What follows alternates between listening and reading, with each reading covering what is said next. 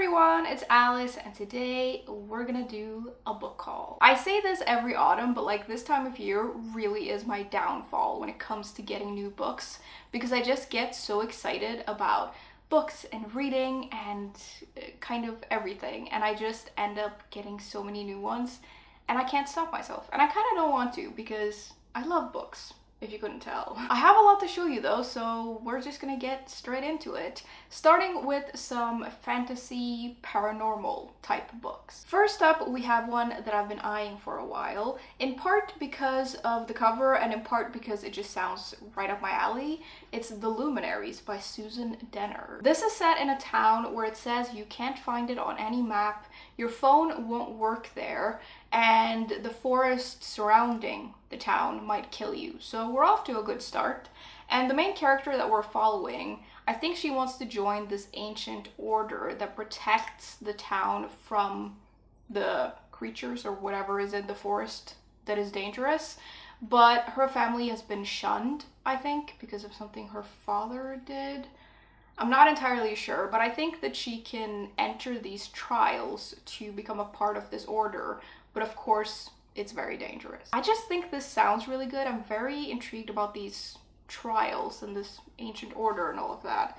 And the setting does sound really, really good. It's probably a little dark, but I'm excited to read this and I'm very curious about whatever is in this forest. The second book that I have, I've also been sort of eyeing for a while, but to be fair, I'm sort of eyeing all of the books from this author, to be honest. It's What Moves the Dead by T. Kingfisher. And I mean, how cool is this cover?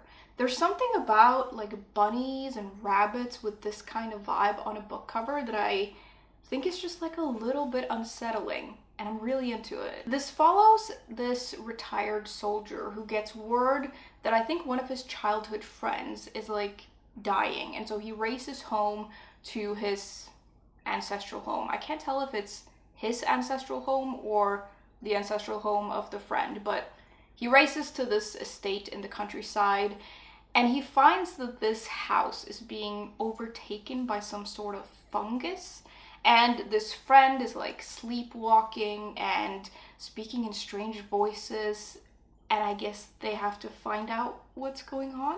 I don't really know, it sounds really creepy. And this is a retelling of The Fall of the House of Usher, I'm pretty sure, by Edgar Allan Poe, which I do like.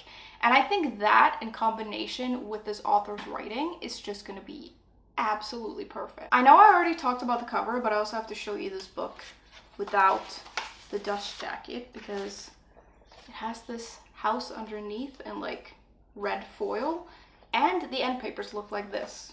We have more bunnies and more unsettling vibes, and I'm just really excited to read this. Then we have another excellent cover. It's A Tempest of Tea by Hafsah Faizal.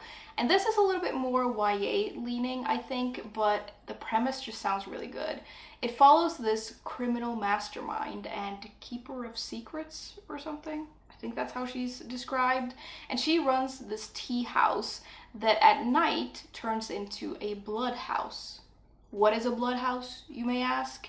I think it's like a place that provides blood to vampires, which is really something. I'm not entirely sure what else is going on outside of that, but there is something about a vampire society in here, and I think I saw mention of a heist, which I'm into. And I'm just expecting this to be a fun, maybe slightly action-packed read, and yeah. It's nice to have some of these books on hand just when I'm in the mood for something like this that is also a little bit supernatural. Next, we have a book that I've almost bought like 5 times, but now I found it on sale and I felt like it was fate. It's Slewfoot by Brom, and obviously this cover is beautiful. And I remember the first time I saw this, I immediately just wanted to read this book because the cover is so good. It's set in colonial New England where this young spirited English woman arrives to this Puritan colony, and I think she's there with her fiance, but she doesn't seem to know him very well, and I think pretty soon she becomes a widow. I actually can't tell if they actually got married, but the man dies and she's left in this town where it's not very easy to be a single woman, and she's trying to stay true to herself, which is not so easy. And then there's something about a spirit called Slewfoot, and I have no idea what that is and how all of this ties together, but I'm very excited to find out. It sounds a little dark, and it says on the back here, a roaring, bloody, beautiful work of pure imagination, which obviously sounds amazing. I have heard that this gets quite dark though, and pretty spooky, so I'm hoping it's not too spooky for me, but it looks amazing. And it also has this portrait in the middle, which is beautiful. I'm wondering if this is the main character. Oh, there's loads of photos. Oh my god, what is this? It looks pretty unsettling. I guess this is Slewfoot. And then there's a witch. I don't know, but it looks really cool. It also has these illustrations in the beginnings of the chapters, which I really like. And yeah, I think this is gonna be pretty unsettling, and I'm hoping it's not too terrifying, but yeah, maybe I should read this on a dark, stormy night just to freak myself out, but we'll see. Very excited to read this though. Then we have a book that I think is a little bit lighter, it seems that way at least. It's the Ex Hex by Erin Sterling. And so many of you have mentioned this book to me, so I decided to finally just get it. I think the thing that has been holding me back is that there seems to be like a pretty huge romance element in here. And I'm not a huge romance reader, but because it also has witches in it, I'm willing to give it a go. I think the main character in here casts this hex on her ex after he breaks her heart, and I think that she thinks that it either doesn't work or it's not a big deal, and years pass and she doesn't really think much of it. But then I think she returns to her hometown after several years, I think, and she finds the consequences to her actions, and maybe this hex was not so harmless after all. It sounds intriguing, and I have read somewhere that there is a talking cat in here, which I'm into. And I immediately imagine Salem from Sabrina, like that cat, which, by the way, fun fact, or not so fun for me, kind of stupid fact, I didn't make the connection that he was called Salem until very, very recently. I just didn't make the connection, and I watched that when I was in my teens, and I'm not in my teens. I'm far away from my teens now, so yeah, realized that way too late. The last book we have for this category is another witch book, and it's also another book that several of you have recommended to me. It's Cackle by Rachel Harrison, and this follows this woman who lives in Manhattan, and she has her heart broken, and because of that she decides to move to this small village, and it's really picturesque and all of the people are really friendly. And then I think she runs into this kind of weird woman. I think the woman that she runs into is the witch, and I think they become friends, and she really encourages our main character to live for herself and all of these things, and they become really close, even though the rest of the townspeople seem to be a little bit afraid of this woman. And who knows what happens after that? I don't really know, but the witch lives in this mansion in the middle of the woods, which sounds amazing. Then we have a couple of horror books, because 'tis the season for it, starting with this huge tome of a book. This is Our Share of Night by Mariana Enríquez, and what have I done? Look at this thing. This is gonna take me ages to read. I got this because a friend recommended it to me though, and she was raving about it, and she thinks that I'll really like it, so I got it. It seems to follow this family that calls themselves the Order, and they do all of these things in search of immortality, and some of it seems to be really horrible, and I guess they're kind of like a cult. I don't really know, but this son and father becomes involved in this family somehow, and it seems like this is the kind of book that moves back and forth in time a little bit, and maybe we see the origins of this family slash cult. I don't really know, but you know, my friend recommended it to me. I'm gonna try to read it, but damn, this is long. The other horror book that I got though is much shorter. It's Tender as the Flesh by Augustina Bazterrica, And this is like horror, but it seems to veer a little bit into dystopia as well.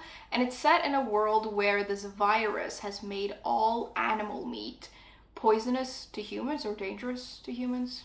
Something has happened where humans can't eat it. And so the government has allowed for the consumption of special meat, which is just code word for human meat. I am already scared. We follow, I think, a guy who works in like a processing plant for special meat, and I think he works in the slaughtering department. I am honestly a little scared to read this book, but I'm also intrigued. I don't know what I'm gonna find in here, but I think there are gonna be many horrible things. Moving on, we have a mystery section, starting with what looks like the coziest book ever. It's The Pumpkin Spice Cafe by Laurie Gilmore. And I mean, this just looks like the coziest book ever. It's set in a small town because of course it is, and it follows this woman who's given this cafe by her aunt. And I can't tell if it's an inheritance or if she just gets it, but she gets this cafe and she decides to leave her desk job to run this cafe in this small town instead, which sounds lovely. And the thing is, I've put this in the mystery category because it says that it's a cozy mystery, but I have no idea what the mystery is because the back only talks about this steamy romance between our main character and this grumpy guy who lives in this small town. So I don't know. I don't know what I'm going to find in here. I don't know if there is a mystery in here or if we're just going to read about the romance, but yeah, it looks super cozy. I did also read somewhere that this is kind of like spicy Gilmore Girls, which I think I can get into. The next book that I have, I got almost entirely because I was promised a moose that runs a coffee shop in here. And I was like, yeah, I need to get that. It's Shady Hollow by Juneau Black. This is set in a town filled with woodland creatures, and they all live happily and in harmony until one day, I think a toad is murdered, and we have this reporter who is a fox who investigates the case. Obviously, we have a lot of animal creatures or characters in this book, and I'm very excited to meet them. Both the fox and this moose. I'm still very excited about this moose. And it sounds very cozy and sweet, and apparently the small town is like super duper cozy. So yeah, I'm really excited about this. I have a really good feeling about it. Then we have this, which I think also has some fantasy elements to it, so maybe I should have put it in that category, but there is also a mystery in here, so I guess it fits into both, and I put it here.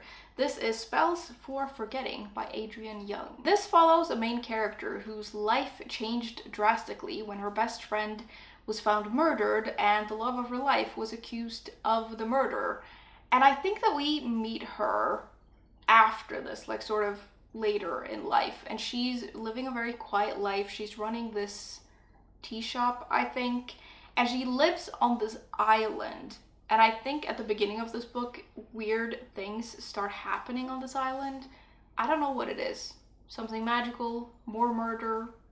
I have no idea, but I don't know. This is just one of those books that I saw and I read a little bit about, and I just had a good feeling about it, so I got it. Next, we have a book that promises that it's for fans of Knives Out and the Thursday Murder Club, which is a lot to live up to, so we'll see about that. But it's How to Solve Your Own Murder by Kristen Perrin. And this sounds really good. It's about this woman who, when she was a teenager in the 60s, she went to this country fair and she went to this fortune teller who tells her that she's gonna be murdered, like that's how she's gonna die. And she spends the rest of her life trying to avoid that, but then of course, I think when she's pretty old, she does get murdered. And I think her niece has to find out like what happened. That does sound like a cool setup though, so I am excited for this. And I'm guessing the vibe is going to be a little bit more on sort of the lighter side or the cozier side. I don't know how cozy it's going to be, but I'm guessing it's going to be more fun than dark. Then we have a singular contemporary novel. It's Ghost Music by Anne Yu. And this has an excellent cover, and I remember seeing this cover in a bookshop a few years ago, and I've remembered it ever since. So there's something about this that really made an impression on me. This sounds a little weird and I don't know what I'm gonna find in here, but I don't know. There's just something intriguing about it. The story is about this woman who lives in Beijing with her husband, and she really wants a child, but I think her husband doesn't. And then her mother comes to visit them and she also wants a grandchild. And there's all of this tension in the house because of that. And then these like packages of mushrooms start appearing like outside of their door, like they get it delivered and they don't know where it's from. And they start cooking together. I don't know how all of this ties together. I have no idea.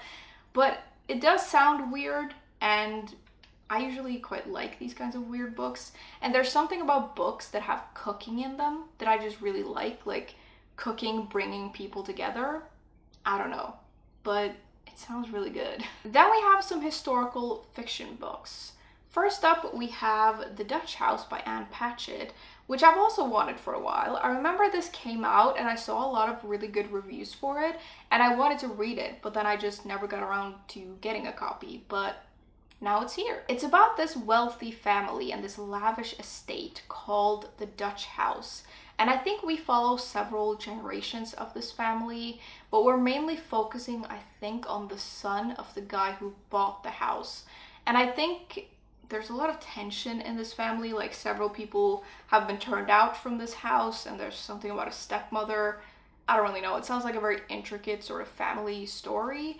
And I know it's a story about siblings, which I usually am really into. So I'm excited to read this. I also really like this cover, this sort of back and everything. And yeah, I've heard a lot of good things. So hopefully I'll like it too. The other historical fiction book that I got is The Way of All Flesh by Ambrose Parry. And this is set in Edinburgh in 1847, which I'm already into. I love Edinburgh as a setting, especially if it's historical, because it's just so atmospheric. The story is about these young women who are found dead across the city, and they have all met pretty gruesome ends, and we're following two characters who are both looking into these cases, but for different reasons.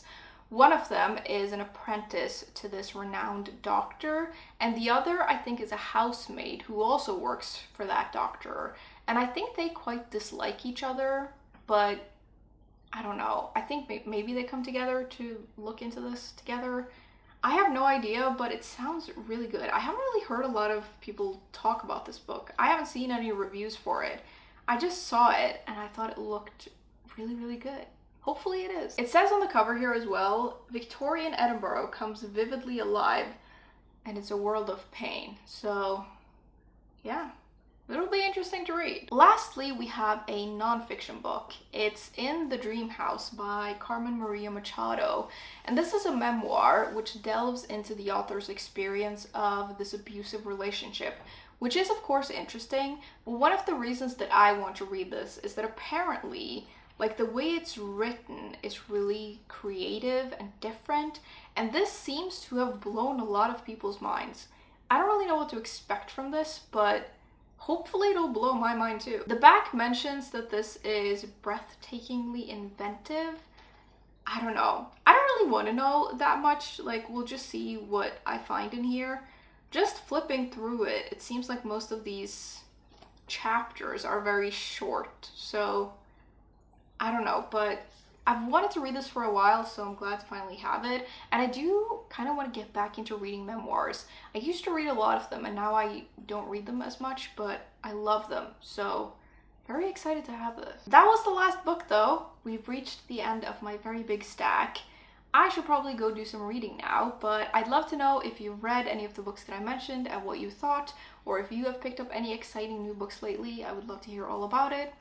As always, thank you very much for hanging out with me today, and I will see you soon. Bye!